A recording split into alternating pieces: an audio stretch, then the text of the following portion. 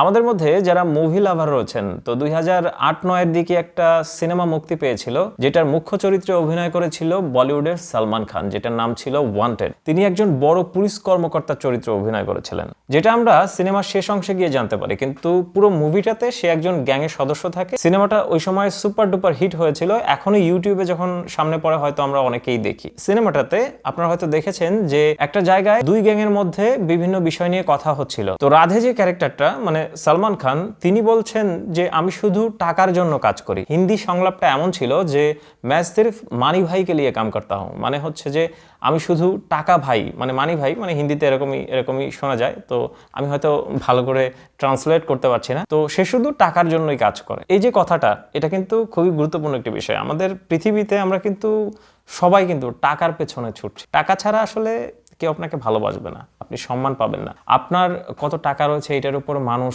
আসলে নির্ণয় করে, মানে গণনা করে, মনের মধ্যে একটা ক্যালকুলেশন করে আপনাকে কতটুকু সম্মান দেওয়া যায়। টাকা উপার্জন করাটা খুবই জরুরি, খুবই জরুরি। সেটা আপনার জন্য হোক অথবা আমার জন্য হোক অথবা যে কারো জন্য হোক। আপনার যদি টাকা থাকে, আপনার আত্মীয় স্বজন আপনাকে ভালোবাসবে, ডেকে কাছে বসাবে, এক কাপ চা খাওয়াবে, অথবা আপনাকে বাসায় দাওয়াত করে নিয়ে খাওয়াবে, অথবা আপনার অফিসে আপনি যেখানে চাকরি করেন সেখানে সবাই আপনাকে সম্মান করবে। আপনার যদি টাকা থাকে, আপনার টাকা থাকলে আপনি শ্বশুর বাড়িতে সম্মান পাবেন, আপনার পিতামাতা আপনাকে ভালোবাসবে। আপনি হয়তো একটা জিনিস খেয়াল করেছেন, সেটা হচ্ছে একটা পরিবারে যদি 5 ভাই থাকে, তার মধ্যে যদি একজন 1 লাখ টাকা হয়তো সে ইনকাম করে অথবা 50,000, বাকি ভাইগুলো 20,000 মাসে ইনকাম করে অথবা 25,000, সবাই যদি একসাথে থাকে, দেখবেন যে মা তার পক্ষে কথা বলছে। হয়তো মাংস রান্না হয়েছে, ভালো মাংসগুলো তার জন্য রেখে দিয়েছে। আপনি হয়তো এই কথাতে আমার সাথে দ্বিমত পোষণ করবেন, কিন্তু অনেক জায়গায় এরকমটা হয়। অনেক সময় মারাও এই ভুলটা করে থাকে। অনেক ক্ষেত্রে মারা এই ধরনের ক্লাসিফিকেশন গুলো করে থাকে সন্তানদের মধ্যে। সবকিছুই তার একটু স্পেশাল করার চেষ্টা করে। আপনার টাকা থাকলে আপনি ভালো জায়গায় চিকিৎসা করতে পারবেন,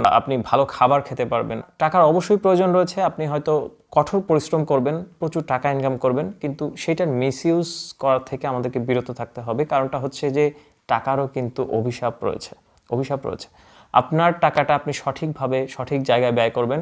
অবশ্যই সৎ পথে উপার্জন করাটাও জরুরি। আপনার টাকা আয়ের উদ্দেশ্য যদি হয় মহান সৃষ্টিকর্তাকে সন্তুষ্ট রাখা অথবা সন্তুষ্টি, সেটা আপনার জন্য কল্যাণ বয়ে আনবে। কিন্তু যদি সেটা পৃথিবীর জন্য হয়, দুনিয়াবি কাজ হয়, তাহলে সেই ক্ষেত্রে এটা আপনার জন্য সফলতা আনবে না, এটা বরঞ্চ আপনার জন্য ধ্বংস ডেকে নিয়ে আসবে। একটা বিষয় খুব সূক্ষ্মভাবে খেয়াল করবেন, টাকা এমন জিনিস মানুষের ব্যবহার আচারকে অনেক সময় নিয়ন্ত্রণ করে। আপনি হয়তো কোনো মানুষকে টাকা দেন নিয়মিত, সে হয়তো কোনো সহযোগিতার জন্য আসে, অথবা কোনো মানুষ, কয়েকজন মানুষ হয়তো আপনার কাছে নিয়মিত সহযোগিতার জন্য আসে, আপনি হয়তো তাদেরকে কিছু টাকা দিয়ে দেন মাঝে মধ্যে, হয়তো মোটামুটি ভালো অঙ্কের টাকা তাদেরকে দিলেন। আপনি হয়তো 2-4 কথা তাদেরকে শুনিয়েও দিলেন অন্য কোনো কারণবশত। তারা যদি অন্য কোনো মানুষের কাছে গল্প করে, তারা কিন্তু আপনার দুর্নাম করবে না। কারণটা কি জানেন? আপনি টাকা দিয়েছেন, অর্থ দিয়েছেন। হয়তো বলবে যে ভাইয়া হয়তো বাহ্যিক দিক থেকে অনেক রাগী, কিন্তু মনটা অনেক ভালো, কারণ টাকা দিয়েছেন। টাকা আসলে এমন জিনিস, মানুষের ব্যবহার আচার, কথাবার্তা, অনেক কিছুকে নিয়ন্ত্রণ করে। তো সুতরাং টাকা উপার্জনের গুরুত্ব অবশ্যই রয়েছে। তো এইবার মূল কথায় আসি, যদি ভিডিওটি ভালো লাগে তাহলে অবশ্যই চ্যানেলটি সাবস্ক্রাইব করবেন। সবাই ভালো থাকবেন। আসসালামু আলাইকুম।